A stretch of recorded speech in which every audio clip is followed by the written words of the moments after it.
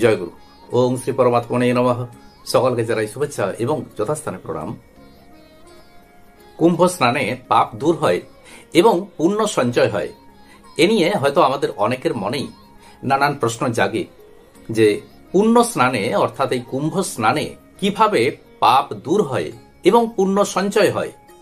কিছু শাস্ত্র গ্রন্থ পাঠ করে এবং শ্রদ্ধেয় সাধু মহারাজ সাধু সন্তের কাছে তাদের মুখে যা শুনেছি তারই মূল বিষয়বস্তুকে কেন্দ্র করে আজ পাঠ ও আলোচনা করব যে কুম্ভ স্নানে কিভাবে পাপ দূর হয় এবং পুণ্য সঞ্চয় হয়। প্রথমেই দেখা যাক স্নানের কথা।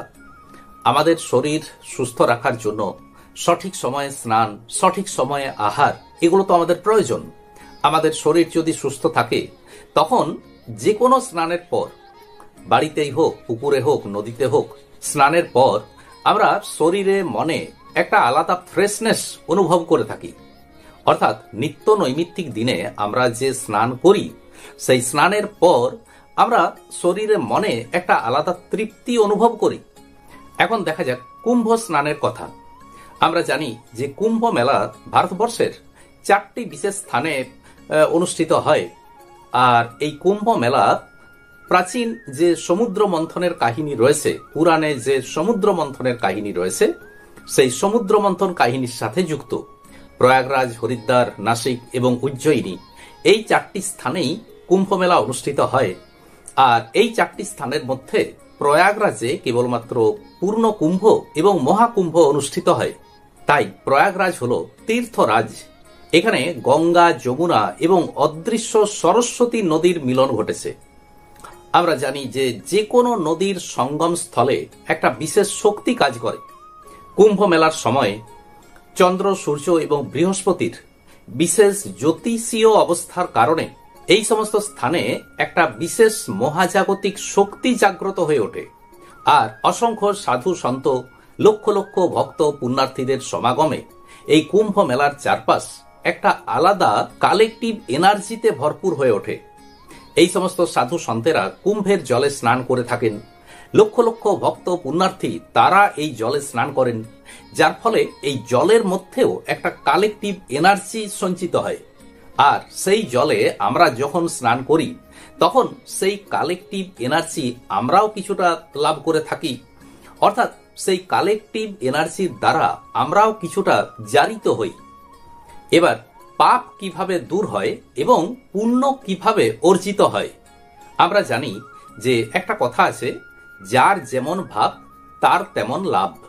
কথাটি সর্বক্ষেত্রেই প্রযোজ্য। শিল্প সাহিত্য থেকে শুরু করে আধ্যাত্মিকতা, সর্বক্ষেত্রেই আমাদের এই কথাটি প্রযোজ্য যে যার যেমন ভাব তার তেমন লাভ। কাজেই আমরা যে মনোভাব নিয়ে কুম্ভ স্নান করব, আমাদের মধ্যে সেই মনোভাবটি সক্রিয় হয়ে ওঠে। আর এই কারণেই বলা হয় যে কুম্ভ স্নানে, কুম্ভ মেলায় গিয়ে কেউ যদি পাপ করে থাকেন তো সেই পাপ কাজটি অর্থাৎ পাপ অক্ষয় হয়ে যায়। আর কেউ যদি পুণ্য করেন তখন সেই পুণ্য অক্ষয় হয়ে থেকে যায়। কুম্ভ স্নানে পাপ বিনষ্ট হওয়া মানে মনের পাপ বৃত্তিগুলো দূর হওয়া, আর পুণ্য সঞ্চয় হওয়া মানে মনের মধ্যে আধ্যাত্মিক ভাব বিশেষভাবে জাগ্রত হওয়া। কুম্ভ স্নানে গেলাম এবং সেখানে আমার মনের মধ্যে যদি পুণ্যজনক কাজকর্ম, সৎ আচার, সৎ চিন্তা বা আধ্যাত্মিক চিন্তা ভাবনা, এগুলো যদি মনের মধ্যে না থাকে, অর্থাৎ এই মনোভাবটি যদি মনের মধ্যে না থাকে, তাহলে আমার মনে হয় যে এই কুম্ভ স্নানে লাভের লাভ কিছু হয় না। আর মনোভাব যদি দৃঢ় থাকে, অর্থাৎ আমি কুম্ভ স্নানে গেলাম, আমাকে সেখানে আধ্যাত্মিক চিন্তা, আধ্যাত্মিক ভাবনা, সৎসঙ্গ, এগুলো আমাকে করতে হবে, এই মনোভাব যদি দৃঢ় থাকে তাহলে সেখানে পুণ্য সঞ্চয় অবশ্যই সম্ভব। পুণ্য সঞ্চয় হওয়া অর্থাৎ আমার মনের মধ্যে আধ্যাত্মিকতার ভাব ক্রমশ বৃদ্ধি পাওয়া, আমার শরীরের ঊর্জা ক্রমশ বিকশিত হওয়া, সৎসঙ্গ, শাস্ত্রগ্রন্থ পাঠ, ভগবানের নাম জপ স্মরণ ইত্যাদির মধ্যে সবসময় মনকে নিমজ্জিত রাখা, নিমগ্ন রাখা, এর মাধ্যমেই তো পুণ্য সঞ্চয় হয়। আর পুণ্য সঞ্চয় অর্থাৎ আমার মনের মধ্যে আধ্যাত্মিক ভাব ক্রমশ জাগ্রত হওয়া, শরীরের ঊর্জা ক্রমশ বিকশিত হওয়া, সৎসঙ্গ, শাস্ত্রগ্রন্থ পাঠ, ভগবানের নাম জপ স্মরণ, এই সময়ের মাধ্যমে আমি যখন আধ্যাত্মিক মুখী হয়ে উঠতে পারবো, এটির মানেই তো হলো পুণ্য সঞ্চয়। কারণ মনের মধ্যে পাপবৃত্তি দূর হয়ে মন যখন ঊর্ধ্বমুখী হয়, তখন এটি আধ্যাত্মিকতা, অর্থাৎ এই আধ্যাত্মিকতার মাধ্যমেই আমরা কিন্তু পুণ্য অর্জন করতে পারি। আবার শাস্ত্রে কথাও বলা হয়েছে যে আমাদের শরীরে ইড়া, পিংলা এবং সুষুম্না, তাদের যে সঙ্গম, সেখানে স্নানই হলো প্রকৃত স্নান। সাধনার মাধ্যমে সেই সঙ্গমে স্নান করা যায়। যোগীরাজ শ্যামাচরণ লাহিড়ী মহাশয় বলেছেন যে সাধারণ মানুষ যাতে করে এই আধ্যাত্মিকতার পথে অগ্রসর হতে পারেন, এই জন্য প্রাচীনকালের মুনি ঋষিগণ বিভিন্ন মূর্তি পূজা, বিভিন্ন দেবদেবীর পূজা, নানান ব্রত উপবাস পালন ইত্যাদি নির্ধারণ করে গেছেন। তিনি বলেছেন এগুলো সাধনারই এক একটি অঙ্গ, এবং এই সাধনার পথে এগোতে এগোতেই আমরা অন্তরের সাধনার দিকে এগিয়ে যেতে পারি। অর্থাৎ এই সমস্ত অঙ্গ পালনের মাধ্যমেই আমরা আধ্যাত্মিকতার গভীরে প্রবেশ করতে পারি। কুম্ভ স্নানের ক্ষেত্রেও সে কথাই বলা যায়, এবং আধ্যাত্মিক জগতে প্রবেশের জন্য এটি একান্ত প্রয়োজন।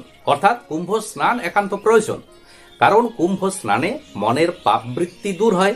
সেখানের পরিবেশে যে কালেকটিভ এনার্জি রয়েছে, কুম্ভের জলে যে কালেকটিভ এনার্জি রয়েছে, সেই এনার্জি আমরা যখন লাভ করতে পারি, সেই এনার্জি যখন আমাদের মধ্যেও সঞ্চারিত হয়, তখন আমাদের মনের পাপবৃত্তি দূর হয়, আমাদের মধ্যে আধ্যাত্মিকতার ভাবনা জেগে ওঠে, আমাদের শরীরের ঊর্জা বৃদ্ধি পায়। শরীরের ঊর্জা ঊর্ধ্বমুখী হলে আমরা মনকে সংযত করতে পারি। মনকে সংযত করতে পারলে আমরা পাপবৃত্তি, পাপ মনোভাব এগুলো থেকে দূরে সরে আমরা ক্রমশ সৎকর্ম, সদাচার, সৎসঙ্গ এগুলোকে আমরা অনুশীলন করতে পারি। ফলে আমাদের আধ্যাত্মিক উন্নতি সম্ভব হয়। এর ফলে আমরা আমাদের আধ্যাত্মিক উন্নতি সাধন করতে পারি।